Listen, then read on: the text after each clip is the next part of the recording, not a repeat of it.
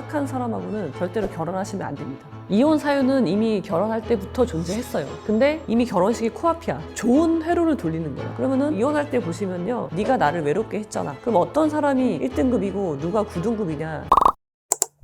지식인사이드 여러분 안녕하십니까? 저는 법무법인 로앤모어 대표 변호사 이지훈이고요. 3권의 책을 쓴 작가입니다.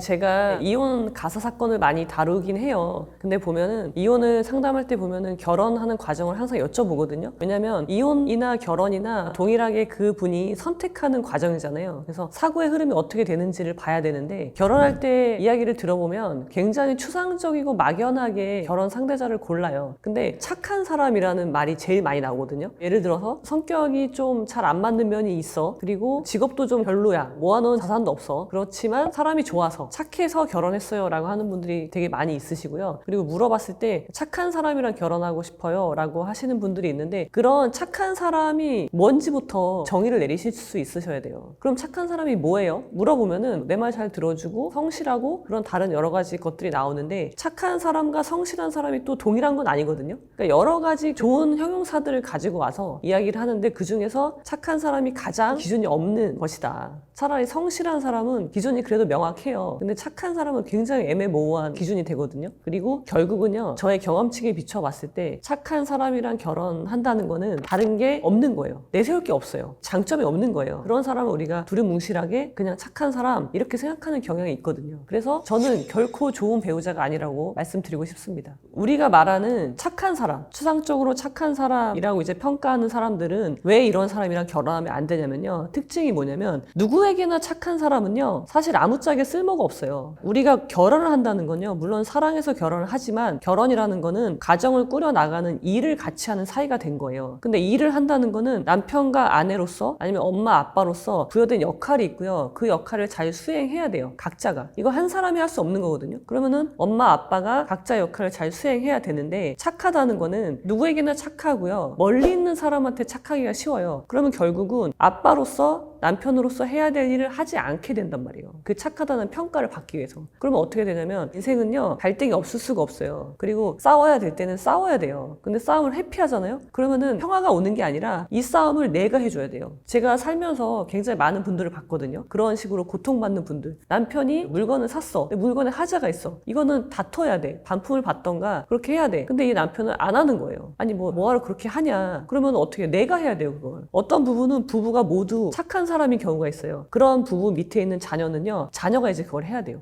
엄마 아빠가 어디서 사고를 치고 와요. 그러면은 엄마 아빠는 싸우질 않는 거예요. 아무하고도. 그럼 결국은 자식들이 참을 수 있는 건 참겠지만 참지 못하는 영역이 있거든요. 그런 것들은 결국 정말 그 어린 아이들이 가서 다퉈야 되고 자기 목소리를 내야 되고 아이들을 보호하지 못하는 상황이 되는 거죠. 그래서 착한 사람하고는 절대로 결혼하시면 안 됩니다.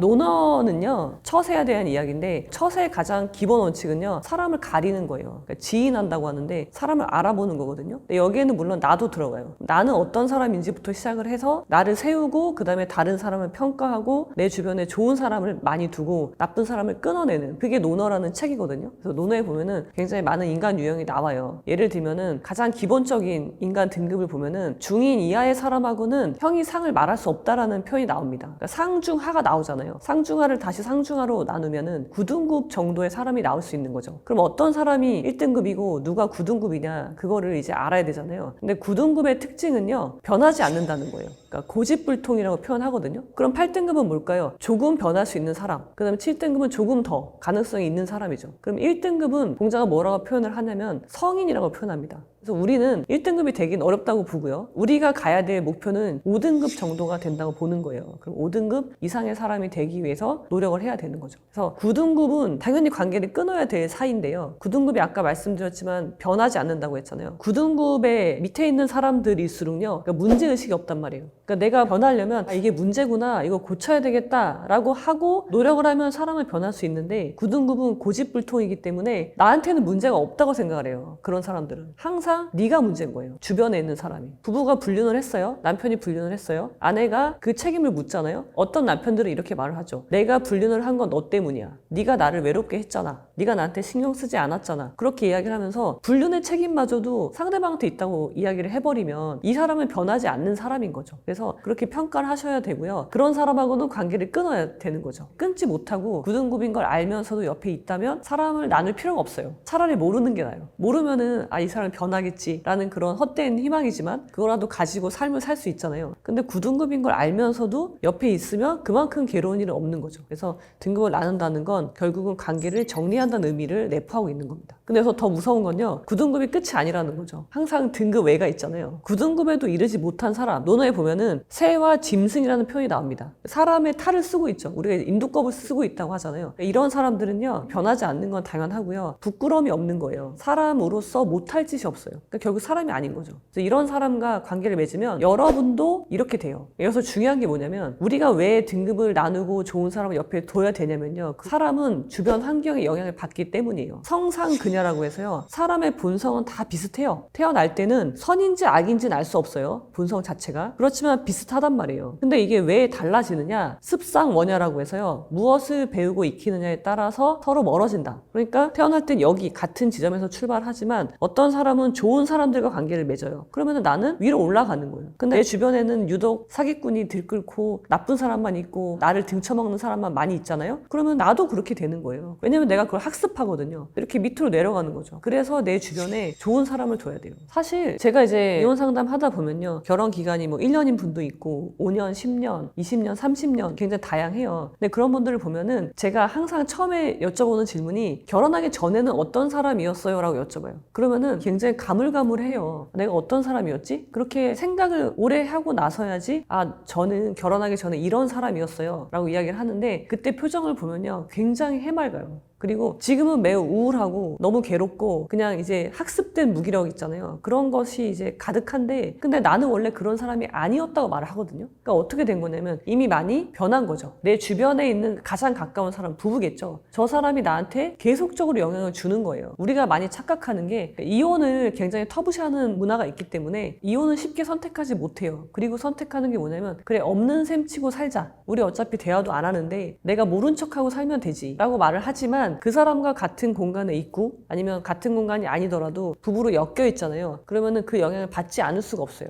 그리고 저 사람이 옆에 있는데 실제 없는 셈 치고 살 수가 없는 거예요. 그러면서 계속 영향을 받아서요, 내가 만약에 7등급의 사람이었다고 했을 때 상대방이 9등급이라고 해봐요. 등급이 낮다고 해서 나쁜 사람이라는 의미는 아니에요. 변하지 않는 사람이라는 것 뿐이에요. 고집불통. 그러면은 이 사람과 같이 살려면 어떻게 해야 돼요? 내가 7등급이야. 조금이라도 변할 가능성이 있는 사람이죠. 문제가 뭔지 아는 사람이란 말이에요. 그럼 7등급과 9등급이 같이 오랜 세월을 함께하면 어떻게 되느냐? 9등급이 7등급이 되는 게 아니라 7등급이 9등급이 되는 거죠. 그래서 편안해지는 거예요, 그렇게 되면. 그래서 예를 들면은 남편이 욕을 굉장히 많이 해. 나는 결혼하고 처음 들었어, 그런 욕을. 처음에는 막 되게 놀라고 막 무섭고 당황스러워요. 근데 그걸 계속 듣잖아요. 그냥 일상적인 대화라고 생각을 해요. 그렇게 뭐 놀랍지도 않아. 근데 더 시간이 지나잖아요. 이제는 나도 욕을 해요. 결혼하기 전과 비교했을 때 변질되어 있는 거죠. 그래서 그런 분들이 저한테 이야기를 하시는데, 내가 그런 욕을 하고 말다툼을 하고 나서 이제 혼자 있는 시간이 있잖아요. 그럼 그때 자기를 돌아본단 말이에요. 자괴감을 느낀다고 항상 이야기하시거든요. 그러니까 왜 이러고 살아야 되는지 점점 내려가는 거죠. 지금은 욕을 0을 했다가 1을 하잖아요. 더 지나면은 이제 5를 하고 6을 하고 아무렇지 않게 되는, 이젠 자괴감조차 느끼지 않는 그런 사람이 될 수 있다는 거죠. 그런 사례는 매우 많습니다. 저는 이제 주로 논어를 통해서 사람을 평가를 하거든요. 실제 상담을 오셔도 논어를 가지고 나는 어떤 사람인지, 그리고 내 배우자는 어떤 사람일까, 그런 유형화를 좀 해본단 말이에요. 근데 일단 가족한테 못하고 다른 사람한테 착한 사람 있잖아요. 그런 사람은 심리가 굉장히 명확한데요, 가족한테 좋은 소리를 듣기는 힘들어요. 왜냐면 부부잖아요. 당연히 아침에 일어나서 뭐 인사를 나누고 하는 건 너무 당연한 거예요. 근데 그거 했다고 해서 착하다, 아, 당신 되게 좋은 사람이야 라는 말을 들을 수 없어요, 그런 평가를. 근데 멀리 있는 사람 있죠. 나랑 관계가 아주 먼 사람, 아파트 경비원 아저씨, 그냥 오며 가며 인사만 해도요, 그 경비원 아저씨는 나를, 아, 저분 되게 좋은 사람이야, 되게 예의 바른 분이야 라고 평가를 해준단 말이에요. 그러니까 보면은 이거 되게 효율적이죠. 그래서 가족한테는 점점 못하고 남한테 점점 잘하게 되는 거예요. 근데 결국 이거는 뭐냐면, 부부가 제일 가까운 관계잖아요. 그 관계가 무너졌기 때문에 이런 현상이 나는 거거든요. 그러니까 사람은 누구나 인정 욕구가 있어요. 좋은 평가를 받고 싶단 말이에요. 근데 그게 나랑 가장 가까운 사람한테 받아야 되는데 그건 안 돼. 그건 결혼 못 하겠고 그러면은 멀리 있는 사람한테라도 받자. 이거 매우 쉬운 일이기 때문에. 그래서 그런 일들이 발생하는 거죠. 이런 사람을 공자님은 뭐라고 하냐면 근자열 원자래라는 표현이 있어요. 가까이 있는 사람을 내가 기쁘게 해주면 멀리 있는 사람은 알아서 찾아온다거든요. 그게 이제 좋은 관계를 만드는 기본 원칙이에요. 중요한 거는 나한테 잘해야 되고요. 스스로한테. 내가 행복해야 돼요. 그 다음에 나랑 가장 가까이에 있는 예를 들면 부부, 내 아이, 그 다음에 나의 부모님 그런 사람들부터 행복하게 해줘야 되는 거죠. 그러면은 자연스럽게 나랑 관계가 먼 사람도 관계가 좋게 되는 거예요. 근데 그거를 하지 않는 거죠. 그럼 반대로 하는 거잖아요. 그러면은 어떻게 될까요? 가까이 있는 사람이 떠나게 되는 거죠. 그러면은 가족은 수가 적잖아요. 아내나 남편이나 자식 하면은 3-4명밖에 없잖아요. 근데 그 주변을 둘러싼 사람은 매우 많거든요. 인원수가. 근데 그 사람들 모두한테 아, 저 사람 되게 좋은 사람이야 라는 평가 받을 수 있어요. 얼마나 가성비가 좋아요. 제가 그 여러 가지 말씀을 드리는 것 중에 하나가 이혼 사유는 이미 결혼할 때부터 존재했어요. 근데 결혼할 때는 어떻게 하냐면 자꾸 좋은 회로를 돌리는 거예요. 아, 저 사람이 지금 우리가 이제 결혼 준비하느라고 예민해져서 그런 것 같아.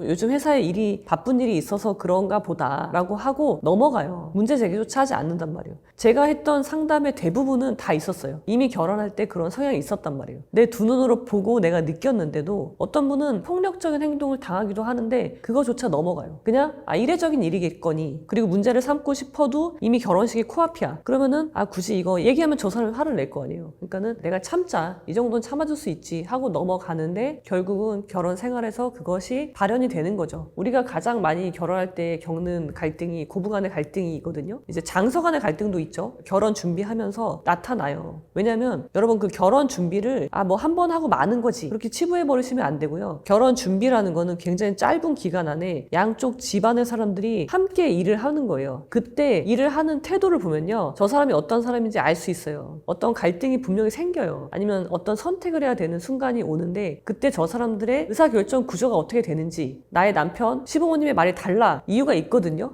오해 때문에 그런 게 아니란 말이에요. 정말 행복한 결혼 생활을 하시고 싶으면 결혼을 신중하게 해야 되잖아요. 가장 중요한 건 뭐냐? 문제 해결의 첫 단계는 내가 문제 제기를 하는 거예요. 내가 문제 제기를 안 했죠. 그러면은 상대방도 그냥 넘어가잖아요. 그럼 이 문제를 어떻게 해결하는지 그 메커니즘이 확인이 안 된 거예요.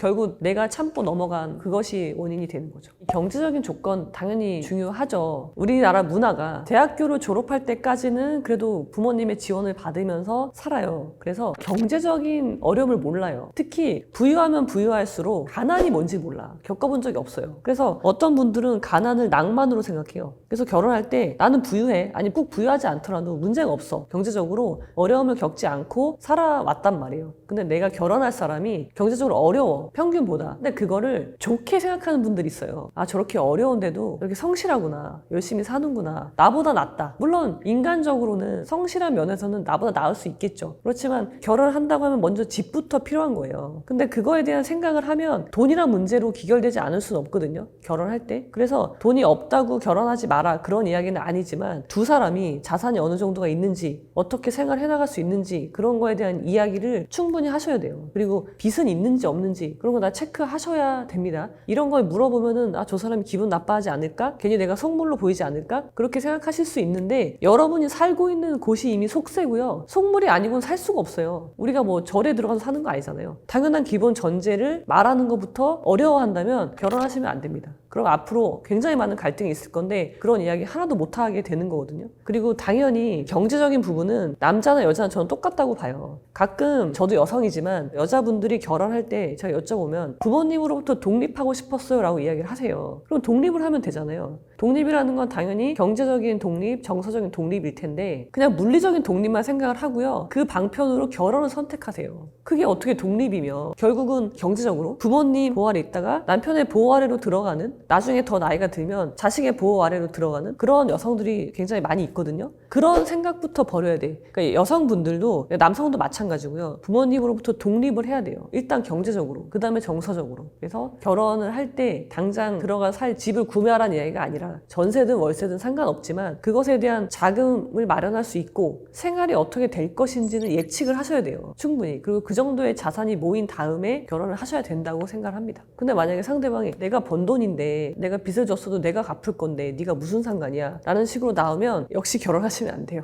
부부라는 건요, 서로 각자 경제력이 다르겠지만 그게 합쳐지는 거예요. 근데 그거를 각자 관리할 수는 있지만 알아야 된다는 거죠. 근데 그것조차 말을 하지 않는다? 무슨 신뢰가 있겠어요. 그래서 상대방의 자산을 알아야 되죠. 근데 솔직히 이거를 사랑하는 사이에 말을 꺼내긴 어려운 게 사실이에요. 그래서 제가 제안 드리는 거는, 자, 이제 우리가 결혼할 사이면은 우리 앞으로 결혼 생활을 어떻게 할 것인지 그러니까 좀 같이 이야기를 해보자 라고 하시면서 다 쓰세요. 그러면서 지금의 두 사람의 자산을 자연스럽게 서로 이야기하게 만드세요. 나는 지금 뭐 부동산이 뭐가 있고, 뭐 예금이 얼마 있어, 주식이 얼마 있어, 그리고 빚은 얼마가 있어. 그렇게 해서 내 걸 쓰라고 하는 거죠. 상대방 것도. 그 다음에 여기에서 이야기하지 않은 것은 없는 것이다. 확인할 수 있는 건 확인하세요. 여러분의 인생이 달린 문제고요. 그리고 여러분 자식의 인생까지 달린 문제예요. 이혼할 때만 재산분할 하려고 막 서로 그렇게 하지 마시고, 결혼할 때 미리 그런 걸 체크하란 말이에요. 사이가 좋을 때. 여러분 이혼할 때 보시면요, 장난 아닙니다. 재산분할 얼마 가지고 엄청나게 싸운단 말이에요. 소송까지 하는데 결혼할 때 그 이야기를 왜 못해요?